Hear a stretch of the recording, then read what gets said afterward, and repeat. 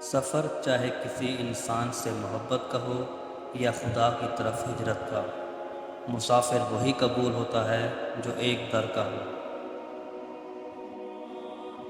امانت صرف رقم یا چیز کی نہیں ہوتی، بلکہ اگر کوئی اپنے جذبات یا احساسات بیان کرے تو اس میں بھی خیانت نہ کریں۔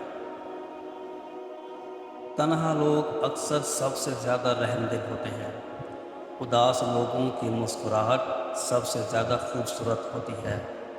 صدموں سے ٹوٹے لوگ سب سے زیادہ عقل مند ہوتے ہیں۔ یہ سب اس لیے کیونکہ جس تکلیف سے وہ گزرے کسی اور کو سہتا نہیں دیکھنا چاہتے۔ جلن محبت کا لازمی جزو ہے۔ اگر محب محبوب کو کسی اور کے ساتھ دیکھ کر جلتا نہیں تو اس کا مطلب ہے کہ جذبات میں کھوٹ ہے۔ لوگ کہتے ہیں کسی کا انتظار بہت اذیت ناک ہوتا ہے۔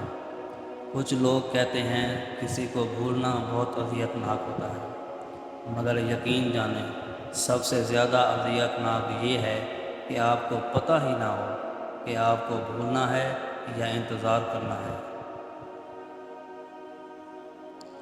بعض اوقات خوش رہنے کے لیے خوش فہمیوں کا سہارا لینا پڑتا ہے۔ خواہشات کے پاؤں جب چادر سے باہر نکل جائیں تو پھر سکون نصیب نہیں ہوتا۔